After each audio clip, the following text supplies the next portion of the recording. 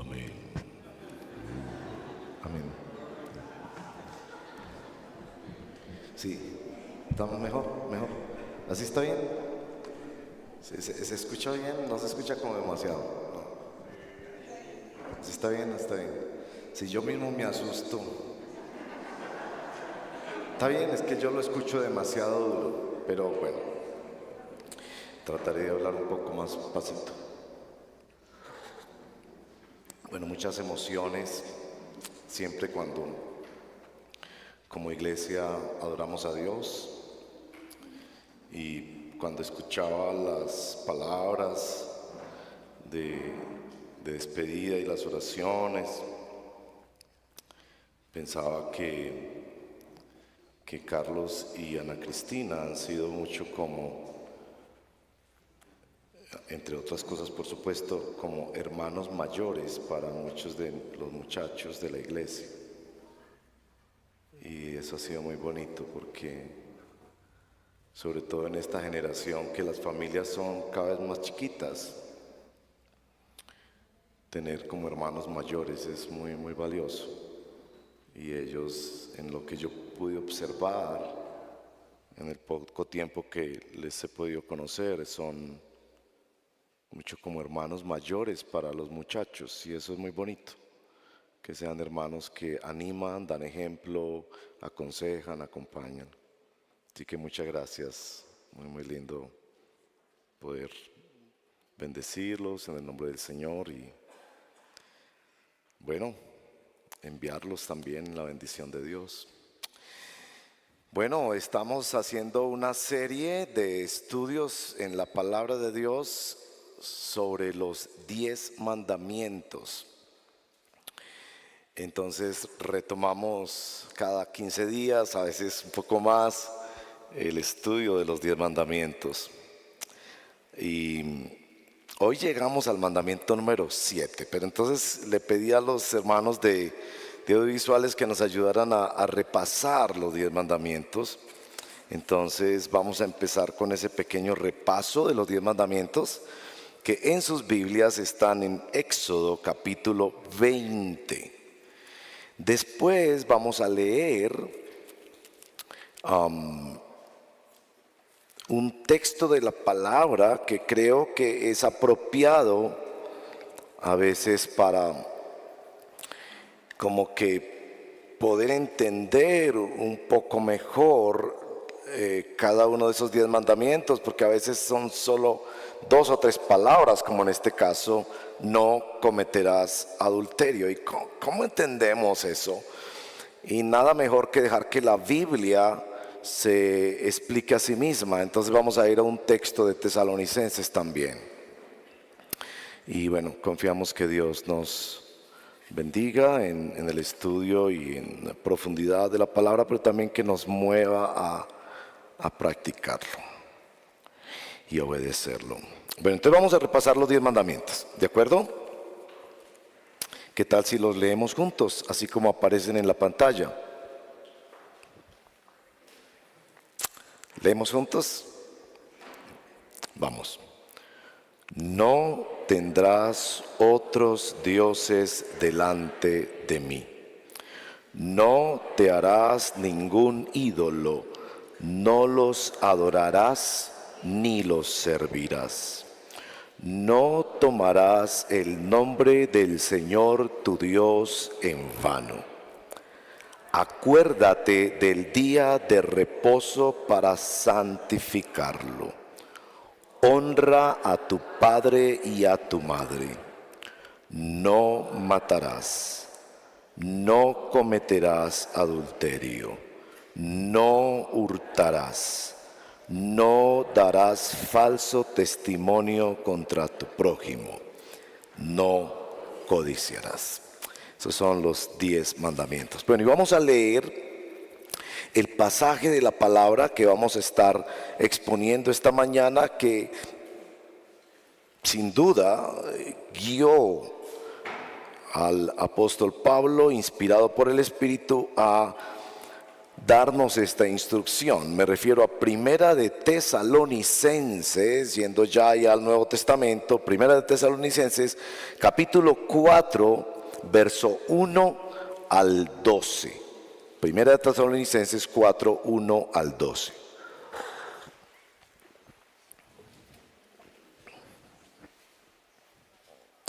Por lo demás, hermanos, les rogamos y les exhortamos en el Señor Jesús, que tal como han recibido de nosotros instrucciones acerca de la manera en que deben andar y agradar a Dios, como de hecho ya andan, así abunden en ello más y más. Pues ustedes saben qué preceptos les dimos por autoridad del Señor Jesús.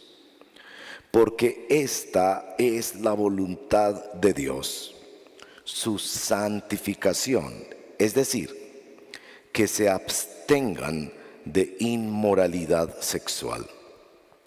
Que cada uno de ustedes sepa cómo poseer su propio vaso en santificación y honor, no en pasión degradante, como los gentiles que no conocen a Dios.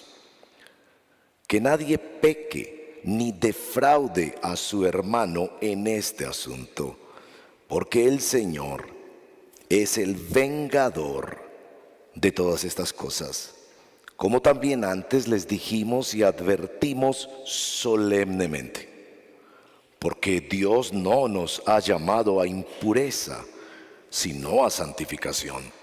Por tanto, el que rechaza esto no rechaza a un hombre, sino al Dios que les da a ustedes su Espíritu Santo.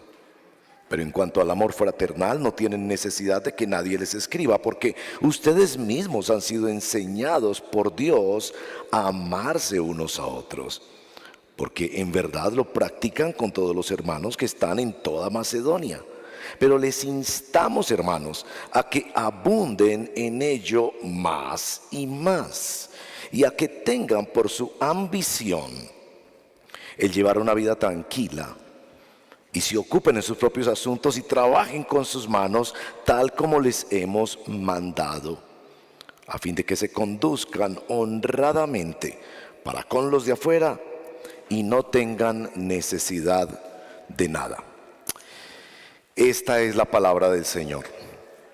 Y como verán por nuestro título, aquí se nos dan instrucciones bíblicas de parte del Señor sobre nuestra sexualidad, lo que deberíamos llamar la sexualidad cristiana.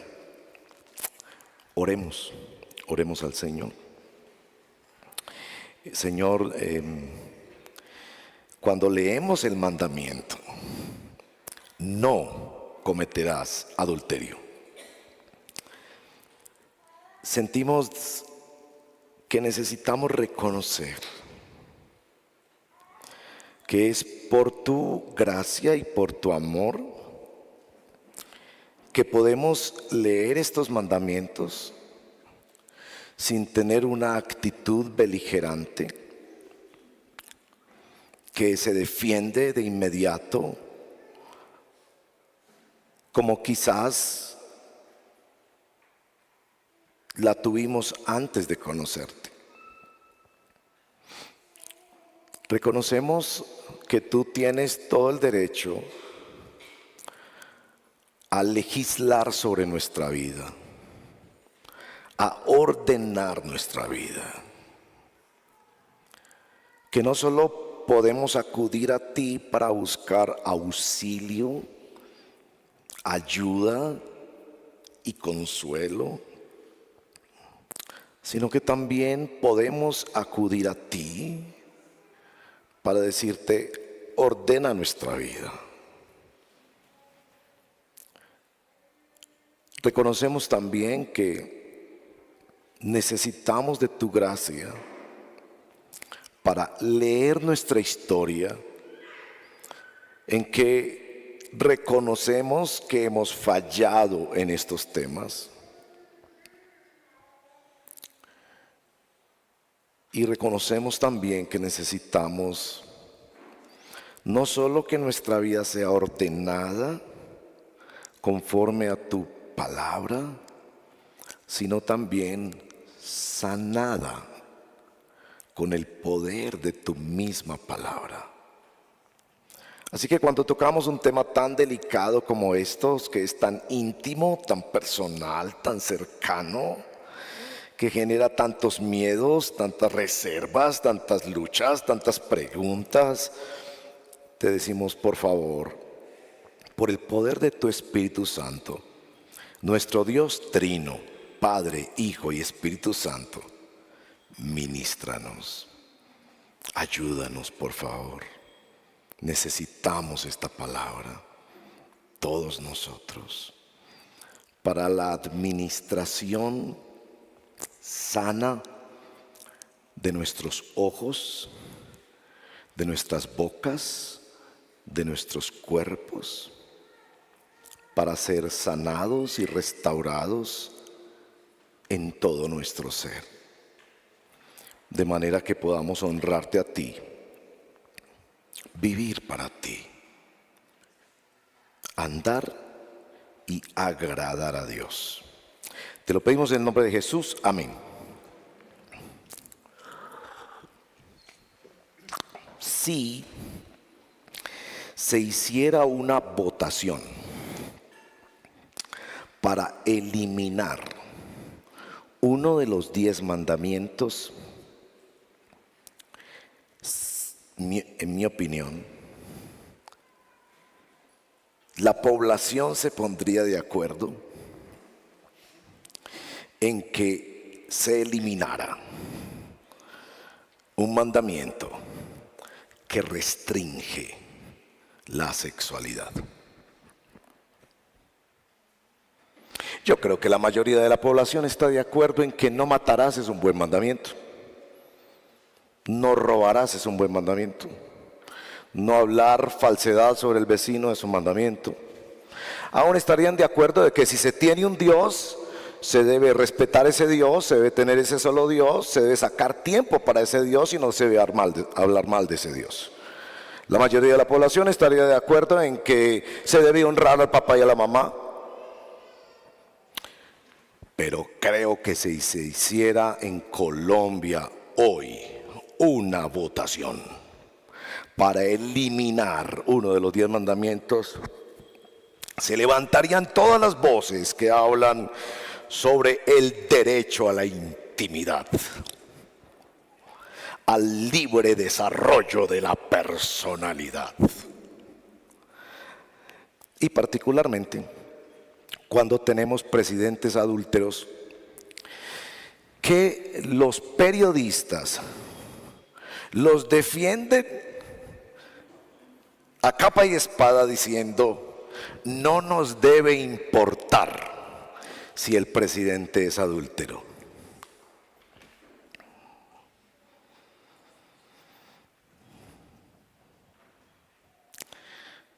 Pues vean que sí debería importarnos mucho confiarle un país, la administración de un país, o de un departamento, de una ciudad, de un pueblo, o de una inspección de policía, a un hombre que no le cumple su palabra a su propia mujer. Y está de acuerdo con nosotros la Biblia. Porque si ustedes leen el libro de Crónicas y el libro de Reyes, son 2 libros de la Biblia. En la Biblia hay un libro que se llama Crónicas y lo que se llama Reyes. Esos libros son realmente las noticias de esa época. Y las noticias sobre los reyes en particular. Y en esos libros, por ejemplo, se denuncia que el rey, el presidente, el amado David, estaba en adulterio y trajo grandes consecuencias, no solo sobre su familia, sino sobre la nación, a causa del adulterio. En el libro de Samuel se relata el adulterio de David. Entonces, ¿Debe importarnos el mandamiento de no adulterar? Y significa para nosotros que ese mandamiento hoy debe tener una relevancia especial y que nosotros los cristianos vamos a decir, déjenlo ahí porque Dios lo puso ahí dentro del decálogo, los 10 mandamientos. No cometerás adulterio. Y bueno, ahí empezamos a darnos cuenta que hay una diferencia clara y marcada en el ser cristiano. Hay una diferencia clara y marcada en la sexualidad cristiana. El verso 5 de 1 de Tesalonicenses, el texto que leímos, dice que no actuemos como los otros gentiles, como los gentiles que no conocen a Dios. Está claramente diciendo, quienes conocen a Dios toman posiciones radicales en cuanto al tema de la sexualidad. Especialmente hoy en día que se asume como parte de cualquier relación afectiva la sexualidad. De hecho, se piensa, por ejemplo, erróneamente, totalmente en contra de la palabra de Dios, que si una pareja está en noviazgo y no hay relaciones sexuales, algo anda mal. Ese es el entendido popular hoy en día. De hecho, cuando la joven le cuenta a sus compañeras de trabajo que tiene un novio hace 6 meses, hace 8 meses, y entran en confianza para hacer la pregunta y ya han tenido intimidad, ya han salido, y la muchacha dice, no, yo voy a esperar hasta el matrimonio, porque hay un mandamiento de Dios que dice no adulterar, es decir, la sexualidad se vive exclusivamente dentro de un pacto matrimonial. Entonces las compañeras de trabajo quizás se lo van a decir de frente, o quizás se van a codear y van a decir, algo está mal aquí. Si nos enfrentamos ante un mandamiento que deja ver la locura en la que este mundo está caminando, o cuando jóvenes cristianos se ponen estos anillos de abstinencia, los casados los tenemos para decir que vamos a ser fieles, pero los muchachos también, antes de casarse, algunas veces se ponen un anillo para asumir el compromiso de que van a esperar hasta el matrimonio, que se van a guardar para vivir la sexualidad en el matrimonio. Y su compañero le pregunta, oye, ¿por qué tienes ese anillo si tú eres soltero? Te dice, no, yo me lo pongo es porque yo he decidido vivir la sexualidad exclusivamente dentro de un pacto matrimonial, entonces será en la luna de miel donde yo viva esa experiencia con la persona que Dios me dé para formar un hogar. ¿Ustedes saben qué es lo que le va a pasar a ese joven? Bullying. Estamos ante un mandamiento que revela la locura de nuestra sociedad. Pero la mayoría de la gente sencillamente quiere hacer lo que la mayoría de la gente hace. Aquí nos está diciendo la palabra de Dios, no cometerás adulterio. Y bueno, ustedes saben que en el lenguaje la palabra adulterar se usa no solo para el asunto de la sexualidad. Es muy interesante el uso de la palabra adulterar. Por ejemplo, una comida adulterada. Ustedes que son abogados o trabajan en ese campo, un documento adulterado. Inclusive hay hasta una Biblia adulterada. La Biblia de los Testigos de Jehová es una Biblia adulterada.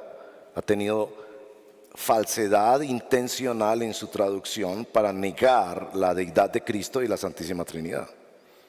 Es decir, que se toma inclusive la palabra adulterar para decir es falso, está envenenado, no vayas por ese camino. Bueno, mucho que decir sobre esto, y antes de llegar a ese pasaje de la Biblia que vamos a mirar rápidamente, unas observaciones que creo que son pertinentes sobre el tema del mandamiento. Lo primero es que el mandamiento supone que sí se ejercita la sexualidad.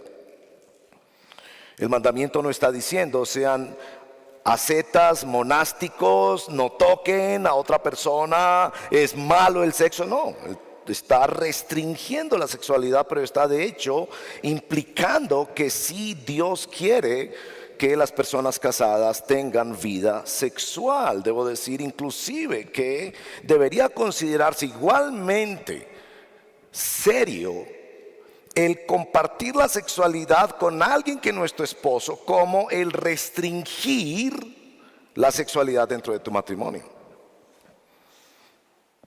Y por ahí ya empieza a tener, espero yo, la obra del Espíritu Santo de traer convicción a los matrimonios, porque cuando yo le hablo a los matrimonios les digo, es muy serio, es muy serio.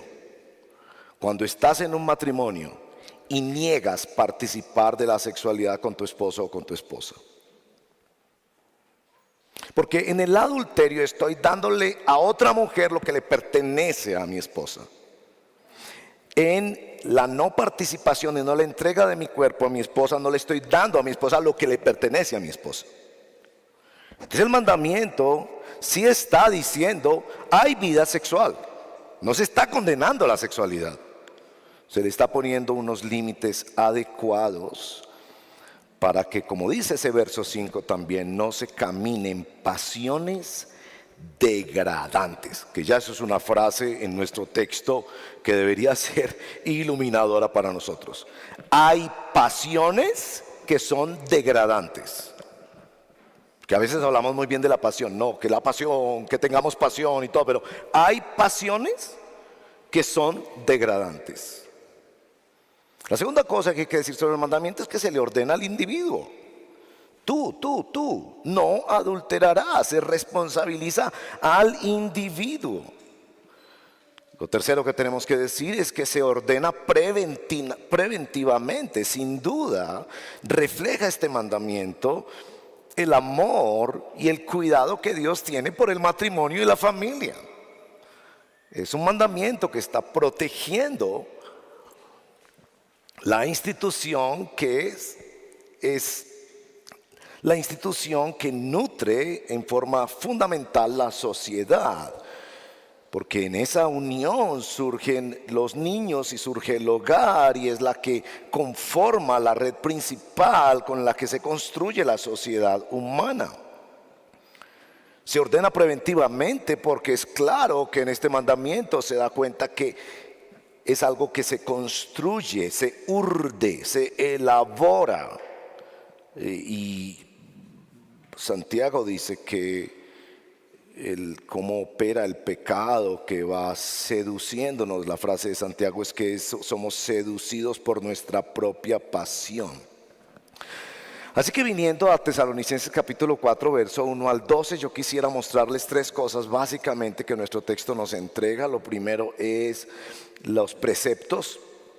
De hecho, nuestro texto en el verso 2 usa la palabra precepto, precepto con autoridad del Señor. Hay tres preceptos claros en nuestro texto hoy para decirnos cómo hemos de vivir esta maravilla que Dios creó dentro de un espacio de protección para que no se vuelva una pasión degradante. Hay tres órdenes, tres preceptos del Señor. Lo segundo que quiero contarles es los pilares de esos preceptos, de dónde vienen esos preceptos, cómo se nutren, cómo se sostienen. Y nuestro texto nos da tres pilares y después tres prácticas saludables que en la iglesia deberíamos animar y fortalecer para ayudarnos unos a otros a tener vidas cada vez más parecidas a las de Jesús.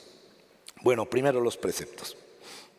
Preceptos para la vida sexual cristiana. Noten que en el verso 2, Pablo les está diciendo, ustedes saben qué preceptos. Pero más adelante les dice que necesita reiterar esos preceptos. Y tal vez usted está ahí pensando, Bueno, yo ya sé que no debo cometer adulterio, es decir, que si estoy en un matrimonio, debo ser fiel a mi pareja, y si no estoy casado, debo esperar hasta que esté casado. Pero aquí se repite. ¿Y por qué se insiste? Si ellos ya lo saben, ¿por qué se les dice más y más? Y para mí esto es muy importante sobre la palabra de Dios. La palabra de Dios no opera a partir del hecho de que nosotros ya sepamos. La palabra de Dios opera sobre el hecho de que nosotros la necesitamos, y quizás la mejor analogía para eso es la comida. Ninguno de ustedes dice, yo no quiero comer sancocho porque yo ya sé a qué sabe, o porque yo ya comí sancocho una vez. Opera más bien en lo contrario. Si usted prueba el sancocho una vez, para quien esté aquí y nunca haya probado sancocho, pues que sería una gran pérdida si hay alguien aquí que nunca ha probado el sancocho. Pero si usted prueba una vez el sancocho, usted quiere volver a comerlo. Y esto es muy importante, que la palabra de Dios funciona así. Es alimento para nuestra alma. Entonces yo no puedo esconderme detrás de la idea, no, yo ya sé eso, yo ya leí eso, yo ya sé qué es lo que dice ese mandamiento. Precisamente porque lo sabes, lo necesitas. Y necesitas depender de eso, y deberías disfrutarlo más y buscarlo otra vez. La palabra de Dios necesitamos que se nos dé como un alimento que comemos todos los días. Y no decimos, no, yo ya probé frijoles, entonces nunca más vuelvo a comer frijoles. Todo lo contrario, yo necesito más, porque la palabra de Dios se convertirá en una herramienta poderosa para tu vida. ¿Quieres salir de una vida que ofende a Dios? ¿Con tu mente? ¿Con tus palabras? ¿Con tu imaginación? Entonces recibe la palabra de Dios. Bueno, estos son los 3 preceptos. El primer precepto está en el versículo número 3. Y espero que, bueno, ahí ya van a aparecer y los versitos, porque me interesa que ustedes vean los versitos. Porque esta es la voluntad de Dios, su santificación, es decir, que se abstengan de inmoralidad sexual.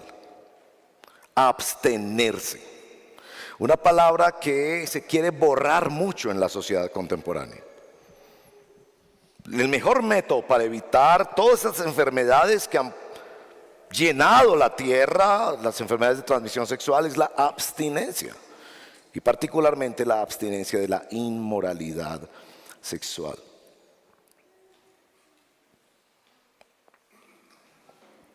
Segunda orden, en el verso número 4 y 5, que cada uno de ustedes sepa cómo poseer su propio vaso. Esta es una expresión que los estudiosos consideran que muy probablemente se usaba en esa época para referirse, podría ser al cuerpo de uno, que es como un vaso.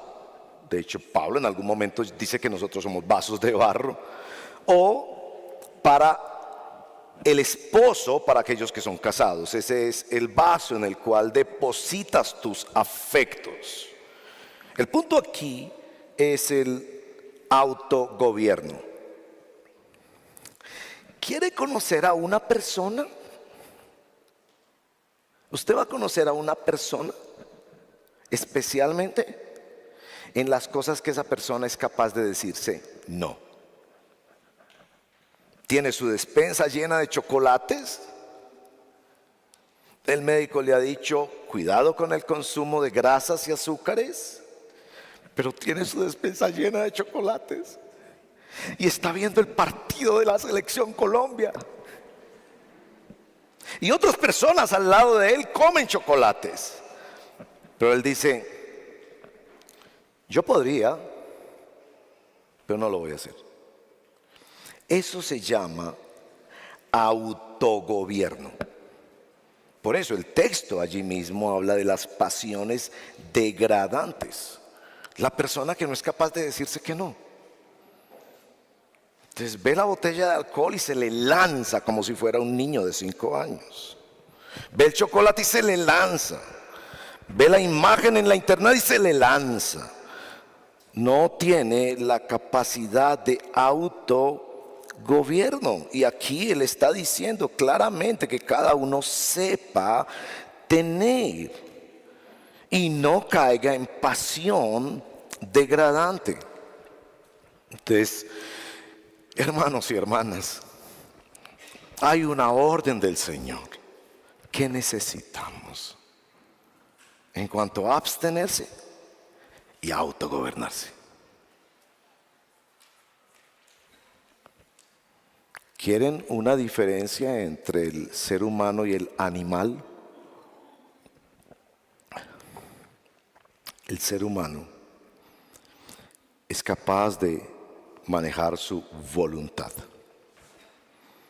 El animal tiene que amaestrarse en contra de su propia voluntad y aún así es un animal. El ser humano se le puede ordenar: absténgase, autocontrólese. Y ustedes saben que en el discurso de la sexualidad hoy muchos dicen: no, yo no pude evitar enamorarme, no, yo no pude evitar mirarlo, no, es que me enamoré. ¿Eh? La orden del Señor es: cada uno de ustedes sepa cómo poseer su propio vaso, no en pasión degradante. El verso 6 nos da el tercer mandamiento de nuestro texto, el tercer precepto, y es esa expresión ahí al principio del verso 6, que nadie peque ni defraude. Esa palabrita defraude aparece 6 veces en el Nuevo Testamento. Y es la idea de no tomar ventaja, no aprovecharse, no engañar al otro, no mentir, no ser hipócrita. Yo, para ponerlo por la A también, es no aparentar. No aparentar un matrimonio, no aparentar una pureza, no aparentar una fidelidad, vivirla de verdad. Quienes estamos en matrimonio, entendemos esta frase que leí hace poco sobre este tema. El matrimonio se sostiene más con la fidelidad que con el romance. Porque hay muchos que son infieles, pero quieren llevar la serenata, regalar el diamante, regalar las flores. Pero nada más coherente con un matrimonio que cuando sé que la persona que ha hecho este pacto conmigo delante de Dios está dispuesta a abstenerse de otras cosas, autocontrolarse para tener, digamos, coherencia con esto que llamamos un pacto matrimonial. Entonces, bueno, ahí están las tres órdenes de nuestro texto: abstenerte, controlarte, no aparentar. Entonces uno empieza a leer la Biblia siempre, y quienes de ustedes están conociendo más de la palabra del Señor se dan cuenta que uno, cuando lee la palabra de Dios, uno se da cuenta que la palabra de Dios como que lo atraviesa a uno, y que uno se siente como tan impotente, particularmente cuando ustedes reconocen que nuestro Señor Jesús en el Sermón de la Montaña interpretó este mandamiento más allá de lo físico. Si se acuerdan, en el Sermón de la Montaña, Jesús dice: si alguien mira una persona que no es su cónyuge para codiciarla, ya la embarró. Entonces, levantamos la mano para decir quiénes aquí hemos fallado. Entonces uno empieza a leer la palabra de Dios y como que la palabra de Dios lo atraviesa y siente: Dios mío, esto es muy difícil.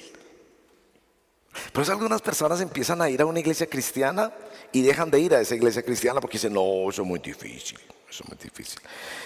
Si en esa iglesia le predican la Biblia, Porque si en esa iglesia solo le dan emociones en el culto y le dicen que le pida milagros a Dios, pues usted no tiene mayores problemas. Pero si en esa iglesia empiezan realmente a ayudarte a entender la Biblia, tú empiezas a decir, esto es muy difícil.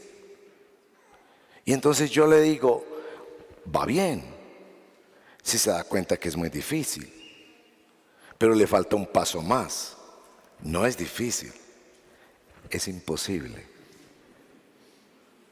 Entonces tú empiezas a pensar, bueno, si Dios me pide esto, ¿cómo lo puedo hacer? Y nuestro texto nos da 3 pilares, como 3, si me permiten, como 3 recursos de Dios para ayudarnos. Y esos recursos no se preocupe, Dios siempre lo va a perdonar. Yo sé que Dios va a perdonar, pero te va a dar recursos para que protejas tu matrimonio, para que te esperes hasta tu matrimonio, para que realmente vivas esto que llaman aquí la santificación de la vida, la pureza. Porque no hay nada más hermoso en un ser humano que un espíritu puro. Cuando usted conoce una persona y ve, esta persona está limpia, hay cierto atractivo maravilloso en la pureza de un ser humano. Si realmente le conoces, no estamos hablando de que se viste muy pulcramente, estamos hablando de que tú conoces a esa persona y dices cómo trata a los demás, cómo administra su dinero, cómo maneja su comunicación, cómo maneja su sexualidad, qué piensa de los demás, cómo reacciona ante los problemas de los demás, y tú dices, wow. Yo creo que esa era la fascinación que hacía que multitudes siguieran a Jesús. Yo creo que esa era la fascinación que tenía Jesús. Que los demonios no podían resistir y decir, ¿qué tienes contra nosotros? Aléjate de nosotros. Pero los seres humanos, por miles, querían andar detrás de Jesús. Y yo creo que cuando uno sigue a Jesús, de verdad, uno anhela ser como Él. Uno anhela conocerlo y ser como Él, perdonar como Él, caminar como Él, actuar como Él, ser puro como Él. Entonces, en nuestro texto nos da 3 recursos. Miren, en el verso 3 y 4, clarito, el primer recurso es la voluntad de Dios. Ahora observen que este tema de la voluntad de Dios se refiere a que Dios tiene un plan. Cuando yo empecé a seguir a Jesús, fue una de las cosas que me fascinó de Jesús, que Él tenía un plan. Así que yo no tenía que lanzarme a la vida para tener éxito, qué sé yo, sino que Él tenía un plan. Que su plan tenía implicaciones exteriores para mi vida, que quería que yo hiciera, etcétera, pero también Él tenía un plan con lo que quería hacer con mi corazón. Iba a usar inclusive situaciones muy difíciles o de mucha bendición, de mucha alegría, lo que fuera, para lo que nuestro texto dice es que la voluntad de Dios es la santificación, es decir, apartarme especialmente para Él. Entonces un recurso es la voluntad de Dios. Pero para que conozcamos más a ese Dios, nuestro texto nos entrega 2 cositas puntuales. Al final del verso 5 dice, conocen a Dios. Está diciendo que quienes seguimos a Jesús conocemos a Dios y podemos conocer a Dios. Yo sé que hay personas que fingen conocer a Dios y usan conceptos de Dios para manipular las personas, pero la palabra de Dios aquí está diciendo que podemos conocer a Dios. Cuando Pablo fue convertido, fue una de las primeras cosas que le dijeron: Él te ha apartado para que conozcas al justo y al santo, a Jesús de Nazaret. Podemos conocer a Dios. en la teología se dice que hay una diferencia entre conocer a Dios y comprender a Dios, en el sentido de que no es que lo vamos a conocer totalmente, porque Él es infinito en todas sus perfecciones, pero vamos a poder conocerlo y avanzar en conocerlo cada vez más, porque eso va a traer más confianza, más paz, más tranquilidad. Así como cuando usted hace una negociación bancaria y conoce ese banco, más o menos lo conoce, pero sabe que tiene sucursales en todo el país, que tiene sus inversiones bien protegidas, que muchas personas han sido justamente tratadas por esa institución. Usted tiene suficiente conocimiento para ir a poner sus ahorros allí. En contraste con cuando usted pone sus ahorros y ese letrero usted no lo ve en ninguna otra parte, nadie le da una referencia, va a preguntar por el edificio y no hay edificio y usted empieza a dudar. Obviamente el conocimiento de Dios nos da más tranquilidad, más gozo, más paz, más tranquilidad. Ahora, otra cosa que nuestro texto dice sobre la voluntad de Dios en el verso 6 es que Él es vengador. Y para aquellos que quieren partir la Biblia a pedacitos y escoger lo que les gusta, no les gusta mucho escuchar frases como estas. Verso 6. Porque el Señor es el vengador en todas estas cosas. Ya San Pablo nos ha dicho en el capítulo 12 de Romanos que dejemos la venganza al Señor, que esa es una razón para nosotros no hacer daño a otra persona, ni tomar la venganza en nuestras manos, ni nada de eso, pero que Él es vengador, que Él mira y fiscaliza, Él supervisa las conductas humanas, y eso nos está diciendo sobre nuestro Dios. Es decir, no pelee conmigo, pelee con la Biblia.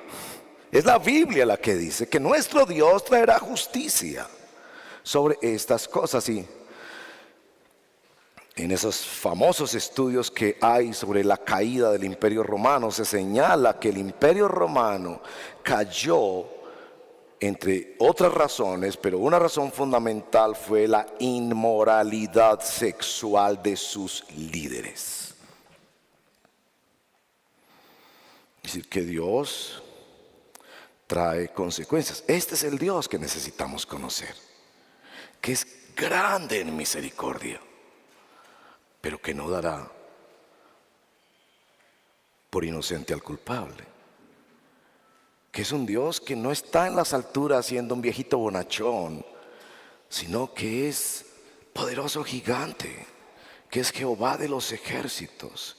Claro, eso nos da mucho temor, pero también debería traer consolación a nosotros para decir que Dios nos va a guardar y nos va a defender cuando vivimos en procura de obedecer sus mandamientos, y que Dios va a traer restitución y sanidad cuando venimos a rendirnos a Él, y que Él podrá hacer las operaciones del corazón que sean necesarias, porque Él entiende el asunto y tiene sus ojos puestos sobre esa situación. Cuanto más para aquellos que han sufrido violaciones, maltratos y abusos.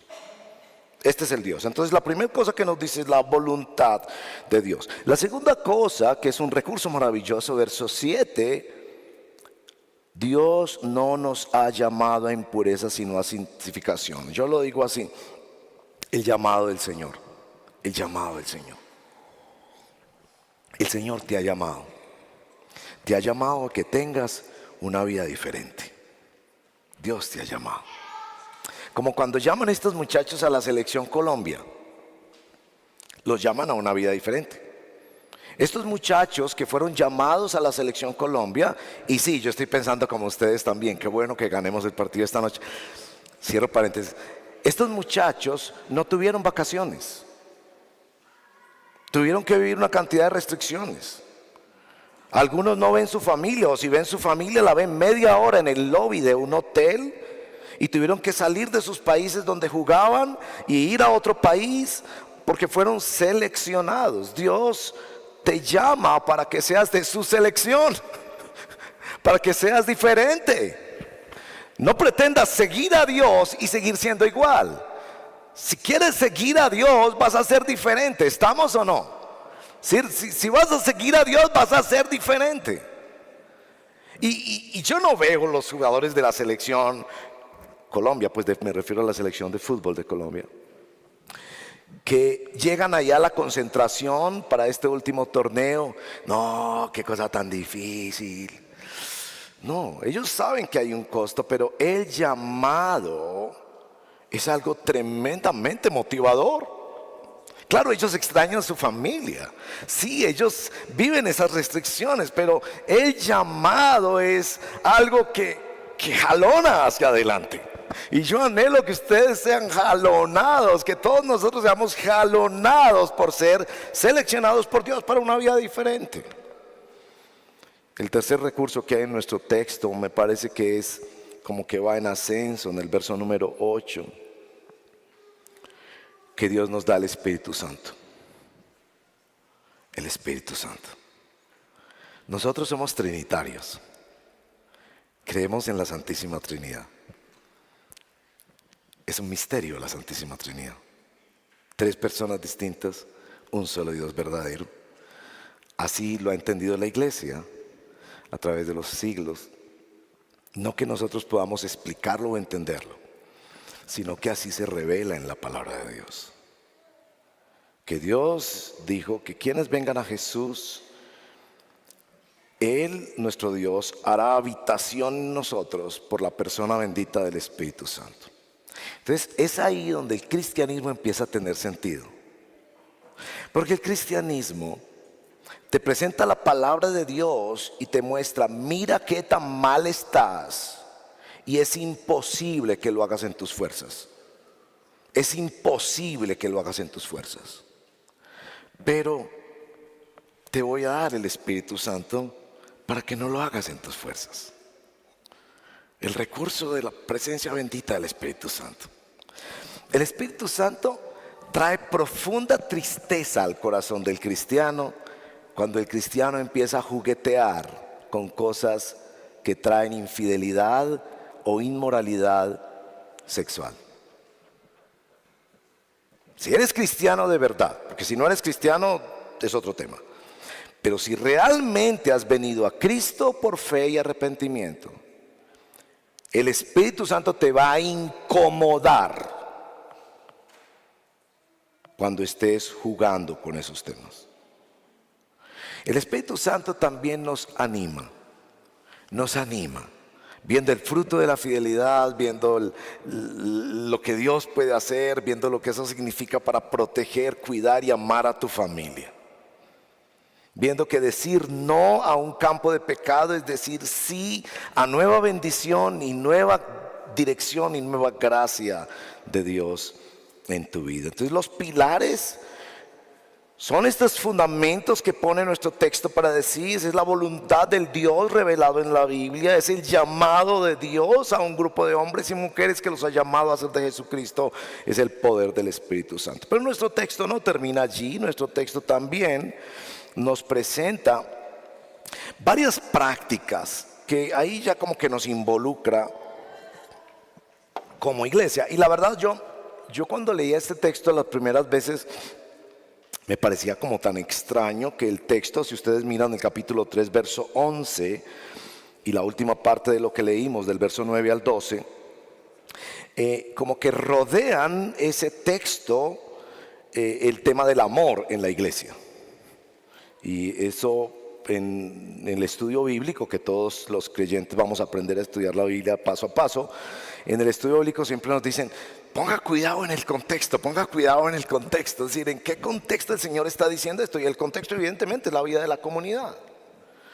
¿Cómo la iglesia nos ayuda a cumplir este mandamiento de no cometerás adulterio? ¿Cómo la iglesia nos ayuda en la fidelidad conyugal? Y bueno, por supuesto hay muchas cosas que podríamos decir. En esta iglesia, por ejemplo, cada mes hay una reunión de parejas, se da consejería prematrimonial, los jóvenes están aprendiendo a ser sinceros, abiertos, transparentes en sus luchas, dejándose aconsejar, buscando consejo. Hay instrucciones bíblicas como estas. Hay por supuesto el ejemplo de hermanos y hermanas que van avanzando en su matrimonio y que nos animan viendo los frutos que Dios va trayendo a través de vidas consagradas y sometidas a su palabra. Pero nuestro texto nos refiere tres prácticas en particular. El verso 6 y 7, en el verso 6 al final está esta expresión que deberíamos prestarle atención cuando vemos ahí en la palabra de Dios al final del verso 7. Les dijimos y advertimos solemnemente. Solemnemente.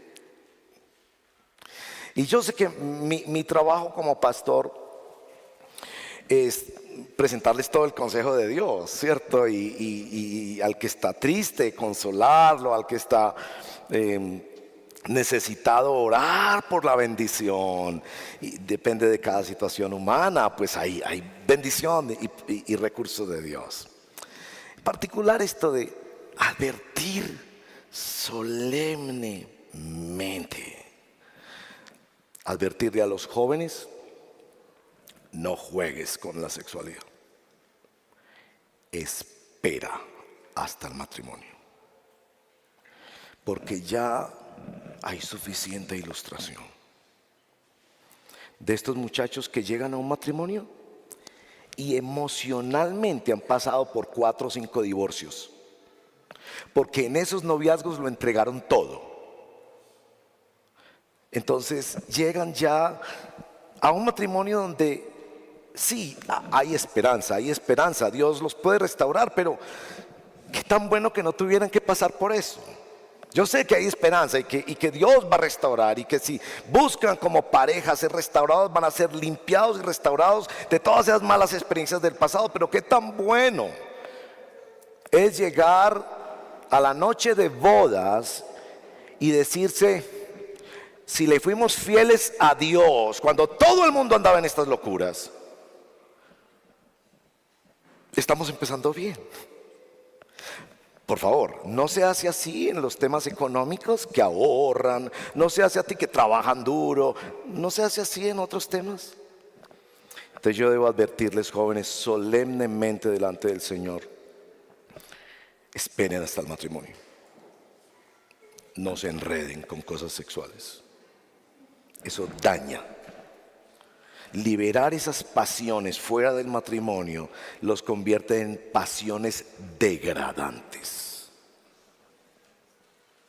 Y debo advertirles a ustedes, casados y casadas: vivan esto sana y saludablemente dentro del matrimonio. Esa es la orden de Dios. Yo sé que el mundo anda en una locura sobre ese tema, pero esto es lo que Dios dice. La voluntad de Dios es tu santificación, es decir, que no te metas en inmoralidad sexual.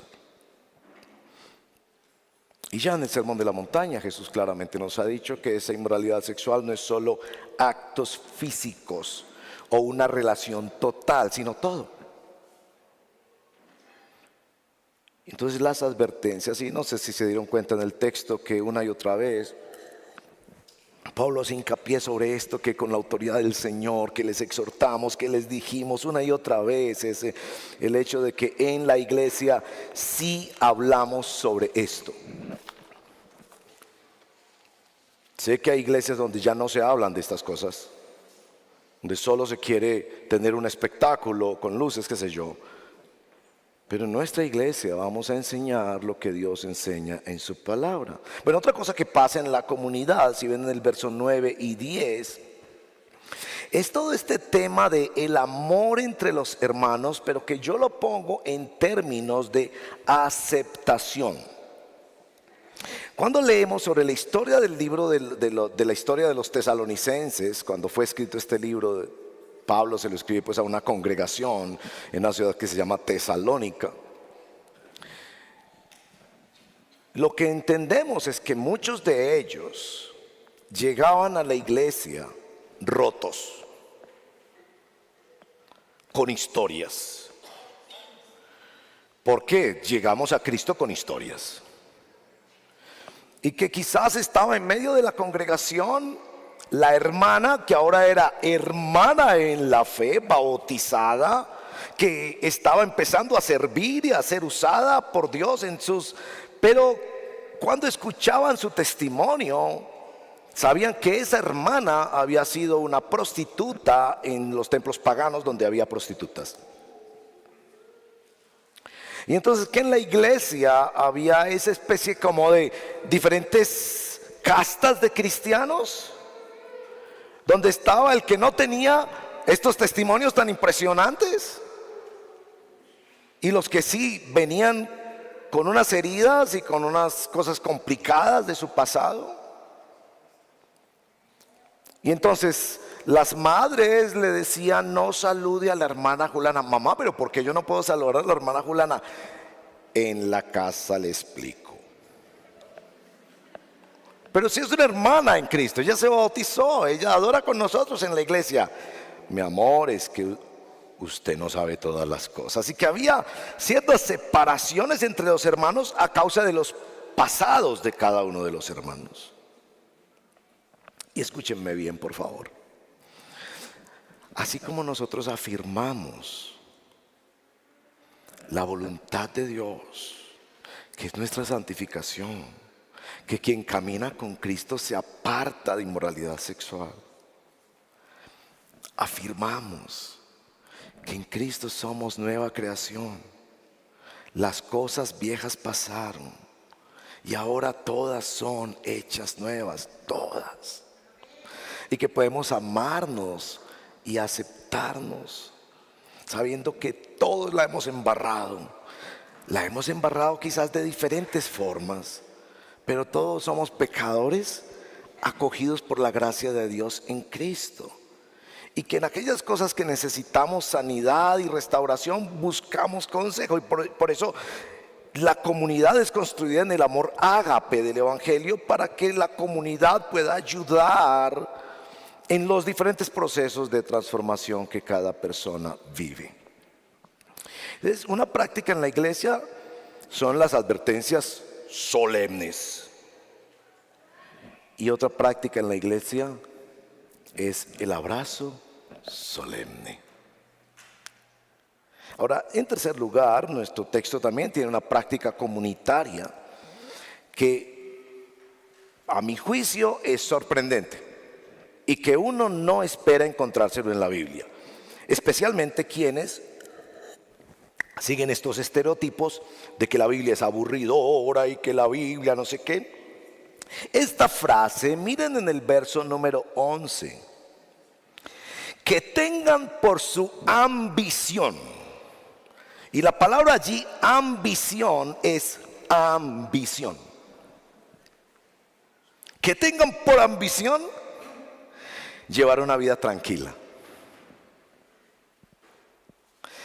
Y es una pregunta: ¿por qué pone esto en el contexto de la iglesia y particularmente en este contexto de advertirnos solemnemente sobre el tema de la sexualidad cristiana? La ambición de una vida tranquila. Esa expresión ocurre pocas veces y indica buscar el bien para nuestra vida. Y a veces cometemos el error de pensar que el cristianismo es solo sacrificio, solo entrega, solo servicio. Y nos olvidamos que hay una orden del Señor en cuanto a la mayordomía de nuestra vida, en la que Él quiere que vivamos en el reposo, en el descanso, en el gozo del Señor. Por supuesto, aquí no está hablando de no trabajar. El texto claramente dice que se ocupe en sus propios asuntos y trabaje con sus manos tal como les hemos mandado. Y noten que este tema de la vida tranquila, que se promueve dentro de la congregación, vida saludable y tranquila, tiene el impacto, verso 12, en el testimonio de los que están afuera. Es tan bonita la Biblia cuando de manera tan sencilla nos va instruyendo en una forma saludable de vivir, que la gente de afuera nos conoce como la gente de la vida tranquila. que saben manejar sus cuerpos, sus relaciones, viven en comunidad y son un ejemplo de vida saludable. Bueno, conclusión. Sí hay una demanda moral de Dios que nos lleva al Evangelio y que verifica que estamos en el Evangelio. Yo no quiero predicarles a ustedes un evangelio de gracia barata, a medias, un evangelio sastre o a la carta, en el que ustedes escogen lo que les gusta de Dios, como si fuera un almacén donde yo voy por los productos que creo que necesito o que me apetecen.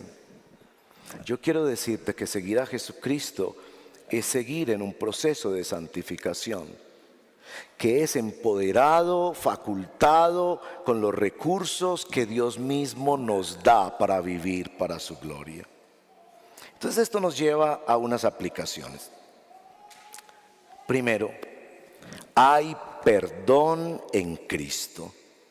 Si tú eres convencido por el Espíritu Santo en esta misma mañana y te das cuenta que estás mal, ven a Cristo.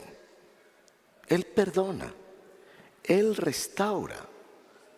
Él te enseña a vivir saludablemente. Ven a Cristo.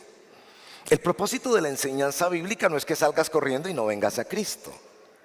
El propósito de toda la enseñanza bíblica es que vengas corriendo a Cristo. Segunda aplicación.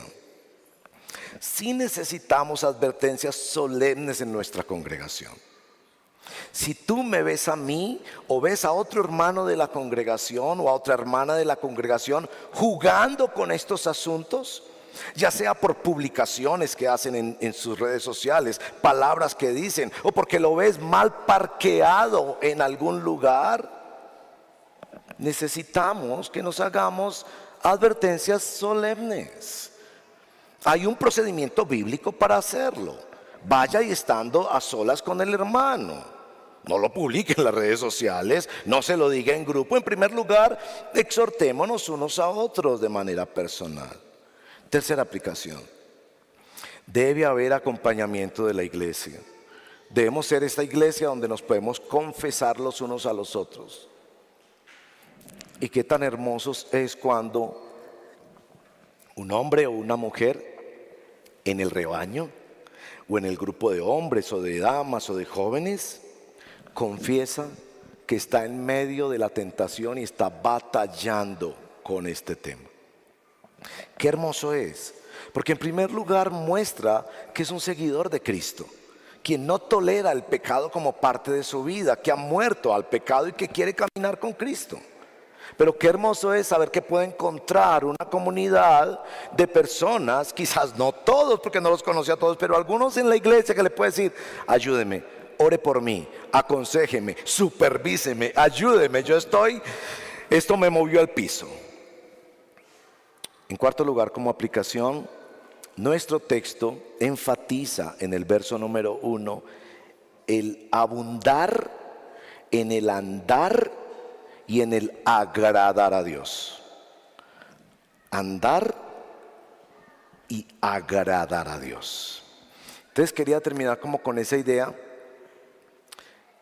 que seamos creyentes en Cristo, que andan y que agradan a Dios, que no se estancan, que andan, pero que no buscan agradarse a sí mismos, sino agradar al Señor.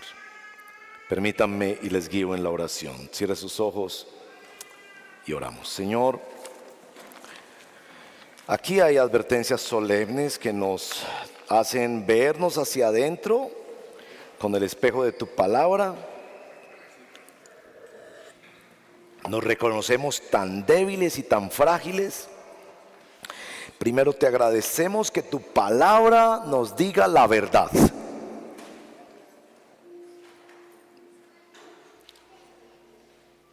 Pero también, Señor, queremos pedirte que con el apoyo de tu voluntad, de tu llamado y del poder de tu Espíritu Santo, nos hagas esos hombres y mujeres valientes que batallan contra el pecado, que no estamos para justificar pecado, para hacernos los locos, para tolerar eso en nuestras vidas. Por favor, ayuda a cada uno de nosotros. Tú sabes cómo cada uno lucha con sus ojos, con sus palabras, con sus oídos, con sus gestos, con su ropa, con sus prácticas. Ayúdanos, por favor, Señor.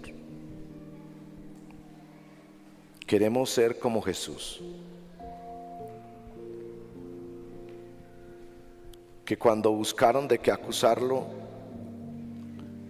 tuvieron que inventar mentiras porque no podían ver en él nada que te ofendiera a ti. Y queremos ser para Jesús, que nuestras vidas tengan el olor de Jesús, la pureza de Jesús. Oramos por los matrimonios que a veces pasan periodos de distanciamiento y pedimos que tú fortalezcas esa unión, que bendigas la sexualidad en el matrimonio, que les permitas disfrutar y glorificar tu nombre en esta dimensión de la vida preciosa que tú creaste, para la comunión y la intimidad total de quienes estamos en el pacto matrimonial. Oramos por nuestros jóvenes, bombardeados por una sociedad cada vez más complaciente, donde la filosofía es el entretenimiento. Por favor, ayúdalos. Ayúdanos a ayudarlos también, con nuestro ejemplo y con nuestro consejo. Gracias por ser el Padre de esta casa, por darnos a Jesús y darnos el poder del Espíritu Santo. Te adoramos y te honramos a ti y queremos vivir para ti. Te lo pedimos así, en el nombre de Jesús nuestro Señor. Amén. Pongámonos de pie y adoremos al Señor.